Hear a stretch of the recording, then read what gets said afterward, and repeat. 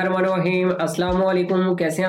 आप लोग देख रहे हैं मेरा YouTube channel SR trading club. आज का हमारा टॉपिक है करेंसीज के वीकली एनालिसिस। तो चलते हैं करेंसीज के वीकली एनालिसिस करते हैं। सबसे पहले देख लेते हैं कि ऐसी कौन कौन सी फंडामेंटल इंपॉर्टेंट न्यूज़ हैं जो मार्केट को बहुत ज़्यादा वॉलेटाइल कर सकती हैं। जैसे कि आपको पता है ये फॉरेक्स फैक्ट्री का पेज है, और अगर हम लोग बात करते हैं न्यूज़ के हवाले से, तो मैं यहाँ पे आपको थोड़े बहुत चीज़ें क्लियर कर देता हूँ न्यूज़ के हवाले से।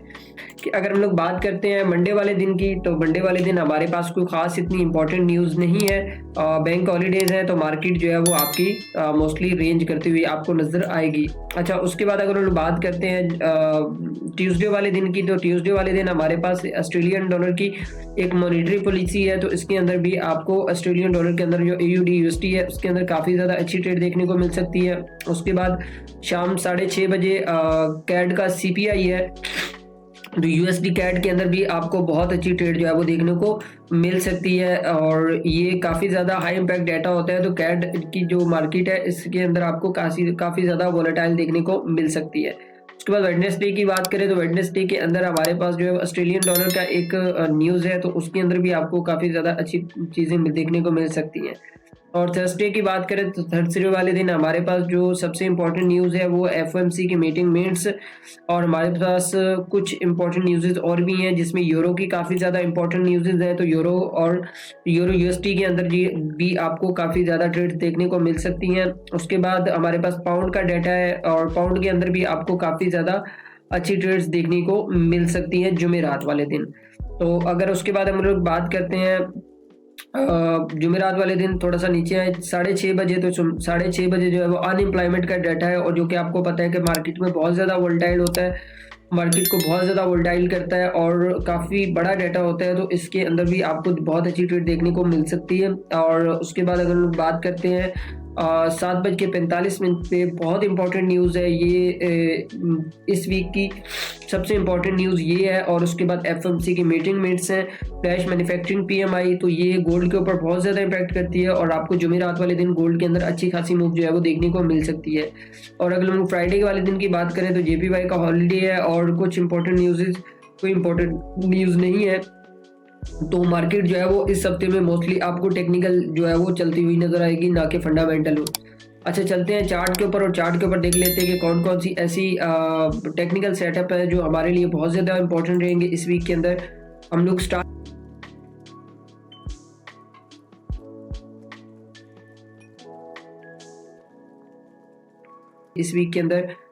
स्टार्ट करते हैं ऑयल से। और ऑयल के अंदर अगर आप लोग जहाँ पे देखें तो प्रीवियसली मैंने काफ़ी ज़्यादा चीज़ें जो है वो आपको डिस्कस करके बताई हुई हैं कि इसके अंदर अभी रेंज चल रही है, और हाई प्रोबेबिलिटी चांसेस है कि ऑयल की मार्केट जो है वो अभी थोड़ा जो है ना वो ऊपर जाने की चांसेस हैं कि तकरीबन 80-90 तक जो है वो ऑयल जो है वो अभी तक जा सकता है। मज़ीद छोटे टाइम फ्रेम में देख लेते हैं कि ऑयल क्या कर रहा है।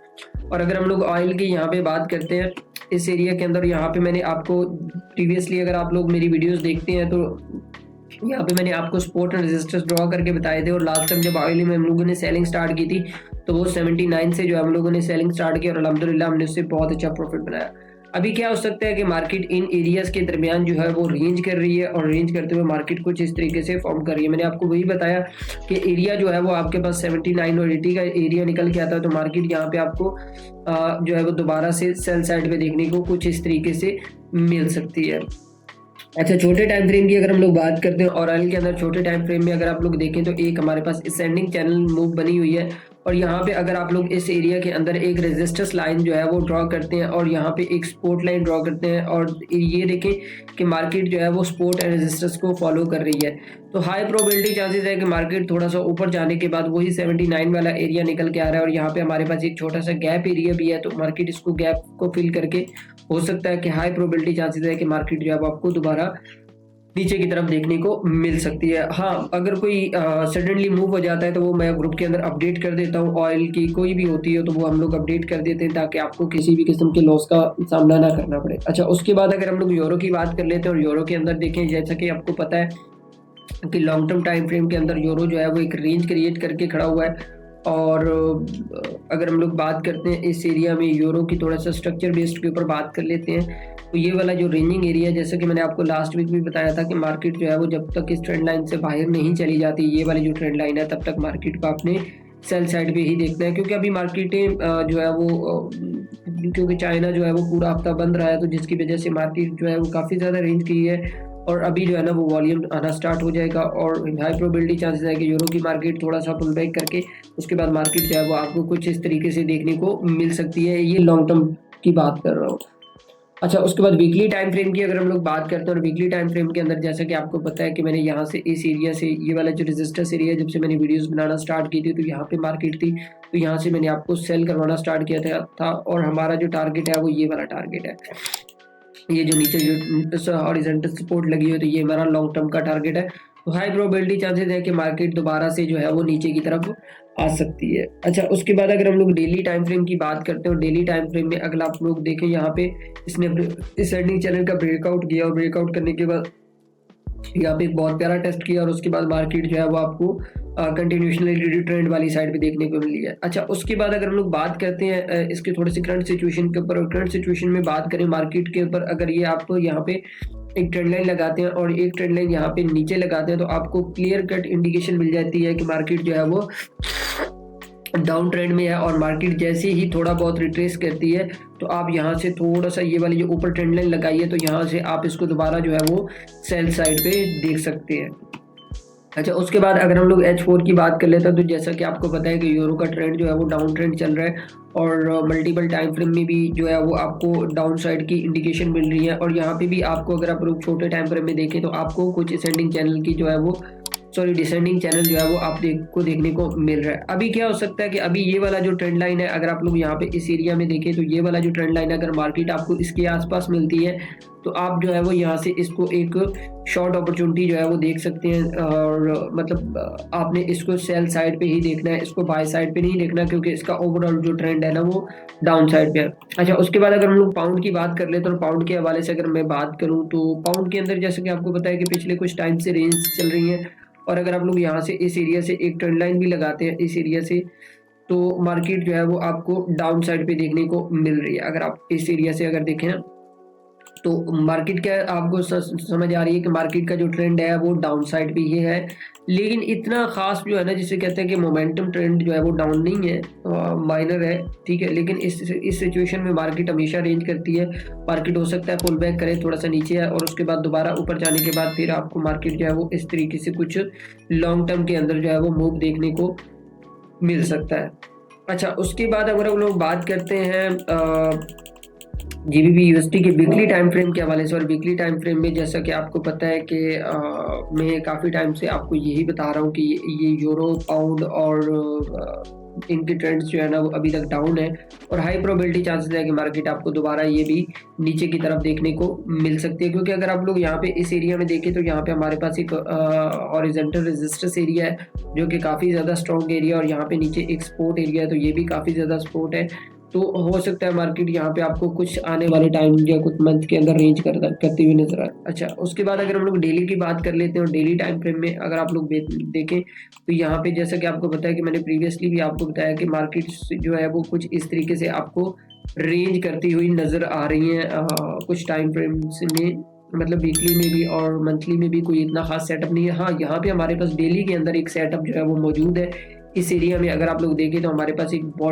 डबल बॉटम बना है और उसके बाद मार्केट ने क्लियर कट इंडिकेशन भी दी है। तो अब मार्केट के हाई प्रोबेबिलिटी चांसेस हैं कि मार्केट यहाँ से जो है वो थोड़ा बहुत पुल बैक कर सकता है ऊपर की तरफ। हाँ, अगर तो ये मार्केट 1.25 का जो है वो ब्रेकआउट कर देती है और ब्रेक एंड क्लोज कर देती है तो फिर हाई प्रोबेबिलिटी चांसेस है कि मार्केट जो है वो आपको डाउन साइड पे देखने को मिलेगी। लेकिन ये नेक्स्ट वीक में इतना खास कोई मूव है नहीं। हाँ, हो सकता है जुमेरात वाले दिन जो है वो मार्केट आपको देखने को मिल जाए, तो जुमेरात वाले दिन तक जो है वो हो सकता है आपको ऊपर वाले एरिया के अंदर रेंज देखने को मिल सकती है। अच्छा, उसके बाद अगर हम लोग बात करते हैं पाउंड के H4 टाइम फ्रेम के अंदर, तो जैसे कि आप लोग देखें कि ये हमारे पास प्रीवियसली एक बहुत बड़ी रेंज जो है वो आपको देखने को मिल रही है और ये यही इंडिकेट कर रही है कि मार्केट जो है वो किसी साइड पे बहुत बड़ा मूव जो है वो आपको दे सकती है। और यहाँ पे भी कोई इतना खास मूव नहीं हुआ, अगर हम लोग देखें तो कोई यही 150-200 पिप का मूव था। अभी क्या हो सकता है कि मार्केट जो है वो थोड़ा बहुत यहीं पे इस एरिया में जो नीचे वाला एरिया मैं आपको दोबारा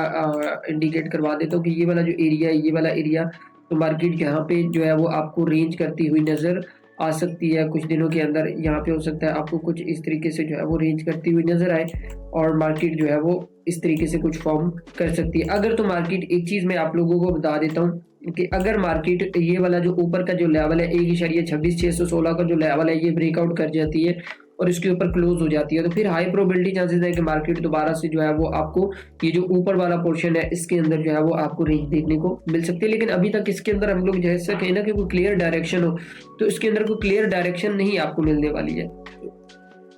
अच्छा, उसके बाद जीबीवी जेपीवाई की बात कर ले तो जीबीवी जेपीवाई में लॉन्ग टर्म में अगर हम लोग देखें, मैंने लास्ट 2 वीक से आपको एक ही चीज बताने की कोशिश कर रहा हूँ कि ये वाला जो रेजिस्टेंस एरिया है ना, ये वाला जो रेजिस्टेंस एरिया है, तो मार्केट के हाई प्रोबेबिलिटी चांसेस है कि मार्केट यहाँ तक जाएगी।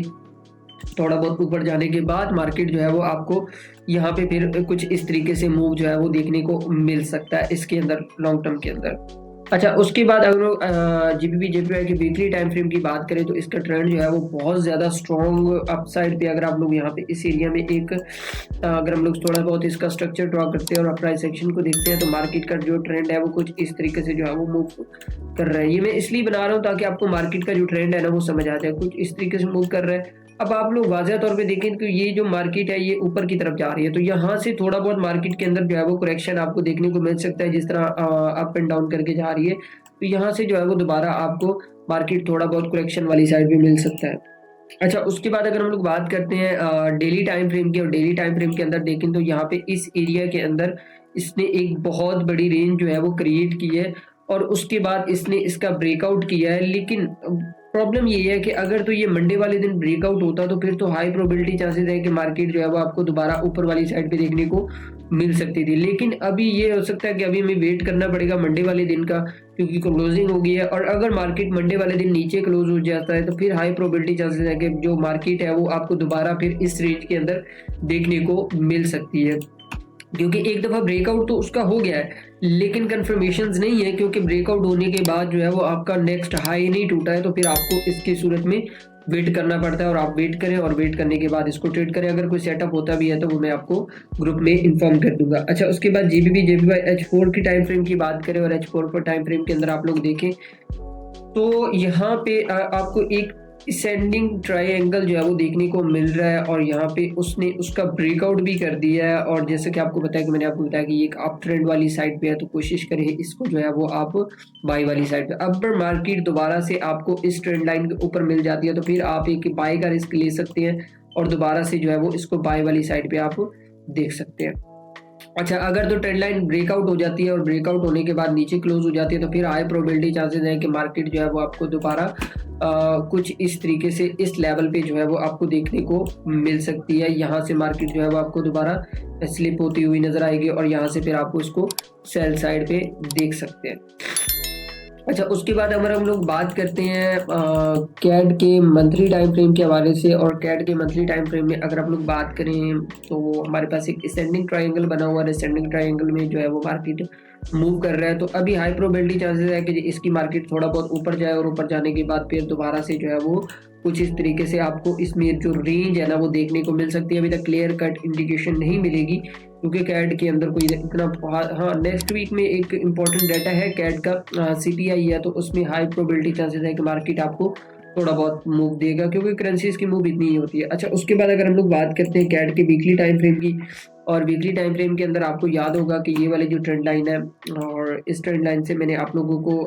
बताया था कि यहाँ से एक मॉर्निंग स्टार जो है वो बना हुआ है, तो यहाँ से आप इसको बाय वाली साइड पे देख सकते हैं। कहाँ तक देख सकते हैं, ये वाला एरिया, पहला एरिया हमारा जो है वो हिट हो गया है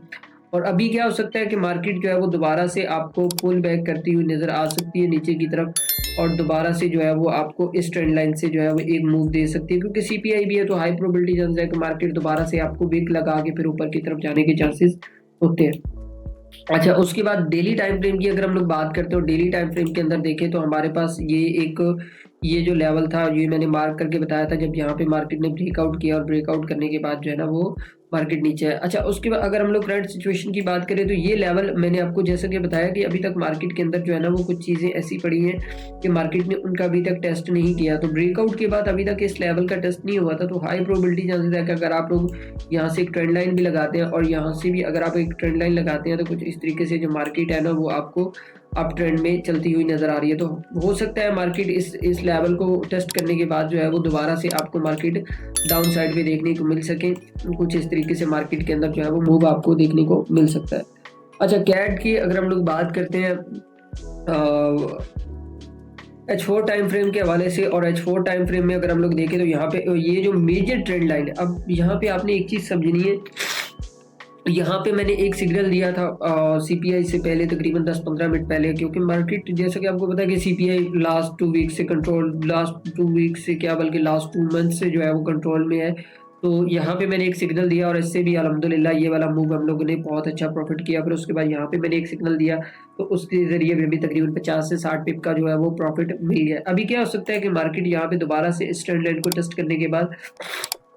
दोबारा से ऊपर जा सकते हैं। अगर तो इस ट्रेंड लाइन का ब्रेकआउट हो जाता है और ब्रेकआउट होने के बाद नीचे क्लोज हो जाती है मार्केट, तो फिर हाई प्रोबेबिलिटी चांसेस है कि मार्केट का ये वाला जो एरिया है ना, ये वाला एरिया, तो फिर मार्केट दोबारा से जो है वो आपको इस एरिया में जो है वो देखने को मिल सकती है। तो ये तो H4 का वीकली टाइम फ्रेम का सेटअप है, ठीक है। अच्छा, उसके बाद अगर हम लोग बात करते हैं H4 मंथली टाइम फ्रेम की USD JPY के हवाले से, और USD JPY में अगर आप लोग देखें तो ये वाला जो ऊपर का जो रेजिस्टेंस एरिया, ये मैंने जो मार्क किया है, इसके अंदर आप लोग देखें तो ये वाला जो रेजिस्टेंस एरिया है ये काफ़ी ज़्यादा इंपॉर्टेंट है, और ये वाला जो सपोर्ट एरिया है ये इंपॉर्टेंट है। अभी आने वाले टाइम फ्रेम के अंदर ये हो सकता है कि कुछ टाइम के अंदर जो मार्केट है वो कुछ इस तरीके से आपको मूव करती हुई नज़र आ सकती है। एज लॉन्ग टर्म की बात कर रहा हूँ USD JPY की। अगर कोई मतलब इस तरह का कोई बड़ा मूव होता है तो वो मैं ग्रुप में अपडेट कर देता हूँ फ़ौरन कि आपको क्या करना है।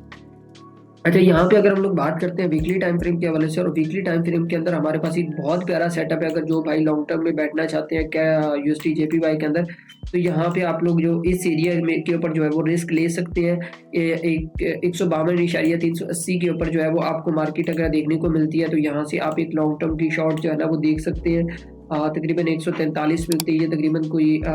अच्छे खासे पे बन जाते हैं, तो वहाँ से आप लॉन्ग टर्म सेटअप जो है ना वो देख सकते हैं। अच्छा, उसके बाद अगर हम लोग बात करते हैं डेली टाइम फ्रेम की, और डेली टाइम फ्रेम के अंदर अगर आप USD JPY में देखें तो इसने अपना एक स्ट्रॉन्ग मोमेंटम था। अगर आप लोग देखें इसके अंदर अप ट्रेंड का, और अप ट्रेंड के मोमेंटम के बाद कुछ इस तरीके से मार्केट ने इसको ब्रेकआउट किया, और ब्रेकआउट करने के बाद मार्केट जो है वो कुछ इस तरीके से अभी इसको टेस्ट कर रही है। तो हाई प्रोबेबिलिटी चांसेस है कि मार्केट आपको इस एरिया से जो है वो डाउन साइड पे देखने को मिल सकती है। अच्छा, छोटे टाइम फ्रेम में चलते हैं, मजीद छोटे टाइम फ्रेम में देख लेते हैं कि क्या हो रहा है। अच्छा, H4 की अगर हम लोग बात करते हैं, और H4 के अंदर अगर आप लोग देखें तो एक असेंडिंग चैनल है। यहाँ पे बाय मिस्टेक राइटिंग मिस्टेक है, मैं यहाँ पे इसको सेट कर देता हूँ, ठीक है। अच्छा, अगर हम लोग असेंडिंग चैनल की थोड़ी सी फॉर्मेशंस की बात करें ना, तो यहाँ पे इस एरिया के अंदर अगर हम लोग असेंडिंग चैनल की थोड़ी सी बात कर लेते हैं, और मार्केट जो है वो कुछ इस तरीके से जो है वो मूव कर रहा है, और अभी हाई प्रोबेबिलिटी चांसेस हैं कि यहाँ पे इस एरिया के अंदर जो है वो मार्केट आपको कुछ इस तरीके से फॉर्म होता हुआ नज़र आ सकता है। मैं आपको थोड़ा सा इसका स्ट्रक्चर बता देता हूँ ताकि आपको चीज़ें जो है वो USD JPY के बारे में अब क्लियर हो जाएं। और यहाँ पे मार्केट जो है वो अभी थोड़ा सा ऊपर जा सकता है, और ऊपर जाने के बाद मार्केट यहाँ पे नीचे इस ट्रेंड लाइन तक आ सकता है। अच्छा, एक चीज़ का आपने खास ख्याल रखना है कि अगर ये वाली जो ट्रेंड लाइन है अगर ये ब्रेक हो जाती है, तो फिर मार्केट के हाई प्रोबेबिलिटी चांसेस हैं कि मार्केट जो है वो आपको इस एरिया के दरमियान जो है वो देखने को मिल सकता है, और ये वाला जो आपका ये वाला एक रेजिस्टेंस एरिया क्रिएट हो जाएगा, और ये जो नीचे है ये सपोर्ट एरिया क्रिएट हो जाएगा। तो फिर हाई प्रोबेबिलिटी चांसेस हैं कि मार्केट जो है वो आपको नीचे की तरफ देखने को मिल सकता है अगर ये सपोर्ट ट्रेंड लाइन ब्रेक होती है देन। लेकिन नेक्स्ट वीक के अंदर कोई इतने खास चांसेस नहीं है, क्योंकि कोई इतनी बड़ी न्यूज़ भी नहीं है कि जिसके अंदर हम लोग कह सकें कि यार बहुत शार्प मूव होगा और मार्केट जो है वो कुछ भी